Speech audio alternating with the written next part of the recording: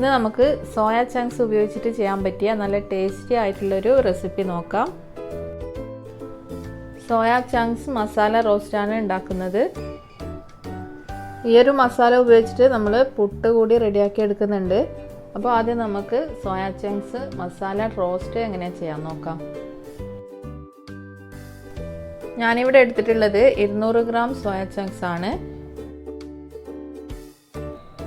Soya നമ്മൾ 4 മണിക്കൂറെങ്കിലും വെള്ളത്തിൽ നന്നായിട്ട് വെള്ളം ഒഴിച്ചിട്ട് സോക്ക് ചെയ്ത് വെക്കണം. അതിനുശേഷം നന്നായിട്ട് കഴുകിയെടുക്കണം. നല്ലതുപോലെ വെള്ളം ഒഴിച്ചിട്ട് വേണം കഴുകിയെടുക്കാൻ. വെള്ളം നല്ല ക്ലിയർ ആവുന്നത് വരെ കഴുകിയെടുക്കാം. അല്ലെങ്കിൽ അതിൻ്റെ ആ ഒരു ബാഡ് ടേസ്റ്റ് മുന്നിട്ട് വെക്കും. അപ്പോൾ ഇങ്ങനെ ചെയ്തെടുത്താൽ ആ ഒരു ടേസ്റ്റ് വരില്ല. അപ്പോൾ സോയൻ്റെ എന്ത് റെസിപ്പി ചെയ്യുന്നതാണെങ്കിലും നന്നായിട്ട് കഴുകിയെടുത്ത് നന്നായിട്ട് പിഴിഞ്ഞിട്ട് വേണം എടുക്കാൻ. സോയ നമ്മൾ ആദ്യം ഒന്ന് ഫ്രൈ ചെയ്തെടുക്കുന്നുണ്ട്. അതിന് വേണ്ടിയിട്ട് നമുക്ക് ആദ്യം കുറച്ച് മസാലപ്പൊടികൾ ആഡ് ചെയ്തിട്ട് ഒന്ന് മിക്സ് ചെയ്ത് വെക്കണം. അതിനുവേണ്ടി ഞാനിവിടെ 1 ടേബിൾ സ്പൂൺ മുളക് പൊടി, 1/2 ടീസ്പൂൺ മഞ്ഞൾപ്പൊടി, 1/2 ടീസ്പൂൺ മല്ലിപ്പൊടി കൂടി ചേർത്ത് ആവശ്യത്തിന് ഉപ്പും ചേർത്തിട്ട് നന്നായിട്ടൊന്ന് മിക്സ് ചെയ്ത് വെക്കുന്നുണ്ട്. വെള്ളം ചേർക്കേണ്ട ആവശ്യമില്ല. ആ സോയൻ്റെ ഉള്ളിൽ എന്തായാലും വെള്ളത്തിൻ്റെ കണ്ടൻറ്റ് ഉണ്ടാവും. അപ്പോൾ നന്നായിട്ട് കൈകൊണ്ട് തന്നെ മിക്സ് ആക്കി കൊടുത്താൽ അതിലുള്ള വെള്ളത്തിൽ നിന്ന് തന്നെ നമുക്കിത് മസാലയെല്ലാം അതിൽ മിക്സ് ചെയ്ത് കൊടുക്കാം. ഇനി ഇതിലേക്ക് 3 ടേബിൾ സ്പൂൺ കോൺഫ്ലോർ ആഡ് ചെയ്ത് കൊടുക്കണം. നമ്മൾ ഫ്രൈ ചെയ്യുന്നതിൻ്റെ തൊട്ട് മുന്നേ ആഡ് ചെയ്ത് കൊടുത്താൽ മതി. എന്നിട്ട് അതും കൂടി നന്നായിട്ട് യോജിപ്പിച്ചെടുക്കാം.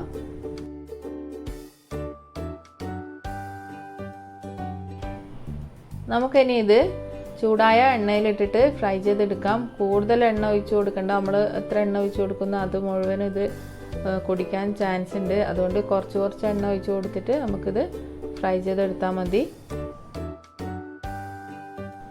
ഞാനിവിടെ എടുത്തിട്ടുള്ളത് ചെറിയ സൈസിലുള്ള സോയ ചങ്ക്സ് ആണ്. ഇപ്പോൾ വലുതാണെങ്കിൽ ഒന്ന് കട്ട് ചെയ്തിട്ട് ഇട്ട് കൊടുക്കുന്നതാണെങ്കിൽ കുറച്ചും കൂടി നല്ലതായിരിക്കും. ചെറുതാവുമ്പോൾ പിന്നെ കട്ട് ചെയ്യേണ്ട ആവശ്യമൊന്നുമില്ല. സോയ ചങ്ക്സ് എല്ലാം ഫ്രൈ ചെയ്തെടുത്തിട്ടുണ്ട്. ഇനി നമുക്ക് ഇതിന് വേണ്ടിയിട്ടുള്ള മസാല റെഡിയാക്കി എടുക്കാം. അതിന് വേണ്ടി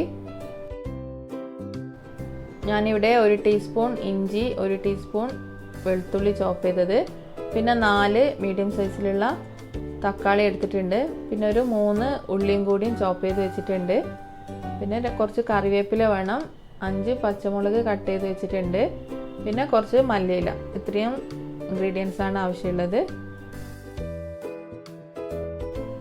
ഇനി ഒരു കടായിലേക്ക് കുറച്ച് എണ്ണ ഒഴിച്ച് കൊടുക്കാം. നമ്മൾ സോയ ചങ്ക്സ് ഫ്രൈ ചെയ്ത എണ്ണ ഉണ്ടെങ്കിൽ അതന്നെ ഒഴിച്ച് കൊടുത്താൽ മതി.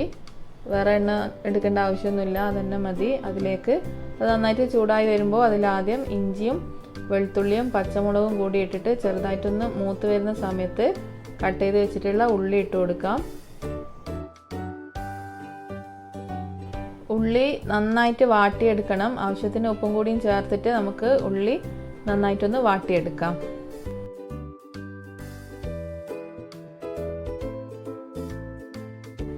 ഉള്ളി വാട്ടിയെടുക്കുന്ന സമയത്ത് തന്നെ കറിവേപ്പില കൂടി ഇതിൽ ഇട്ട് കൊടുക്കണം. ഇനി ഇതിലേക്ക് മസാലപ്പൊടികൾ ഇട്ട് കൊടുക്കാം. ഞാനിവിടെ 1.5 ടീസ്പൂൺ മുളക് പൊടി ചേർത്ത് കൊടുക്കുന്നുണ്ട്.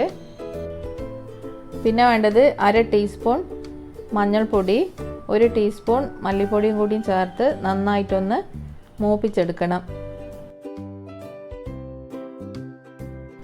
ഫ്ലെയിം നന്നായിട്ട് കുറച്ച് വെച്ചിട്ട് വേണം പൊടികൾ ഇട്ട് കൊടുക്കാൻ. പൊടികളെല്ലാം നന്നായിട്ട് മൂത്ത് വരുമ്പോൾ ഇതിലേക്ക് തക്കാളി ഇട്ട് കൊടുക്കാം. തക്കാളി മിക്സിയിലൊന്നിട്ട് അടിച്ചെടുത്തിട്ടാണ് ഒഴിച്ചു കൊടുക്കേണ്ടത്. തക്കാളി ഇട്ടിട്ട് നന്നായിട്ടൊന്ന് വാട്ടിയെടുക്കണം. അതിനുശേഷം ഇതിലേക്ക് നമ്മൾ ഫ്രൈ ചെയ്ത് വെച്ചിട്ടുള്ള സോയ ചങ്ക്സ് ഇട്ട് കൊടുക്കാം. എന്നിട്ട് എല്ലാം കൂടി നന്നായിട്ട് യോജിപ്പിച്ചെടുത്തതിന് ശേഷം അടച്ച് വെച്ചിട്ട് ഒരു 2 മിനിറ്റ് ചെറിയ ഫ്ലെയിമിൽ വെച്ച് കൊടുക്കണം. ഇതിൽ മല്ലിയില കൂടി ചേർത്ത് കൊടുത്താൽ സോയ ചങ്ക്സ് മസാല റോസ്റ്റ് റെഡിയായി. പക്ഷേ കുറച്ചും കൂടിയും ടേസ്റ്റി ആകാൻ വേണ്ടിയിട്ട് ഞാനിതിൽ 3 ടേബിൾ സ്പൂൺ ടൊമാറ്റോ സോസ് കൂടി ആഡ് ചെയ്ത് കൊടുക്കുന്നുണ്ട്.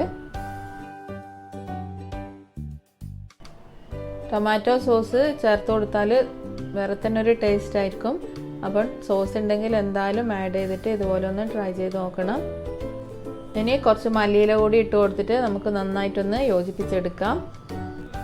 സോയ മസാല വെച്ചിട്ട് നമുക്ക് പുട്ടുണ്ടാക്കി എടുക്കാം. നല്ല ടേസ്റ്റാണ്. അപ്പോൾ എങ്ങനെയാണെന്ന് വെച്ചാൽ സാധാരണ നമ്മൾ പുട്ടുണ്ടാക്കുന്ന പോലെ തന്നെ ആദ്യം കുറച്ച് തേങ്ങ ഇട്ട് കൊടുക്കാം. പിന്നെ അതിൻ്റെ മേലെ കുറച്ച് മസാല സോയ ചങ്ക്സ് മസാല വെച്ച് കൊടുത്തിട്ട് മേലെ പുട്ടിൻ്റെ മിക്സും കൂടി ഇട്ട് കുറച്ച് തേങ്ങ ഇട്ടിട്ട് നമുക്ക് സ്റ്റീം ചെയ്തെടുക്കാം.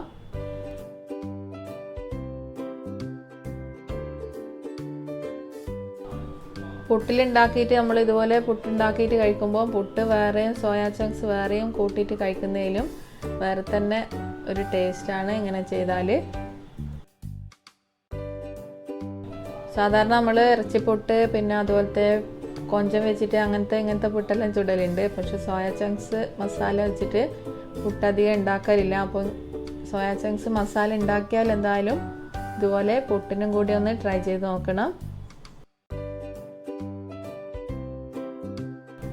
ഇതേപോലെ ഉണ്ടാക്കി കൊടുത്താൽ കുട്ടികൾക്കെല്ലാം നന്നായിട്ട് ഇഷ്ടപ്പെടും. അവർ നന്നായിട്ട് കഴിച്ചോളും. അപ്പം എല്ലാവരും ഒന്ന് ട്രൈ ചെയ്ത് നോക്കണം.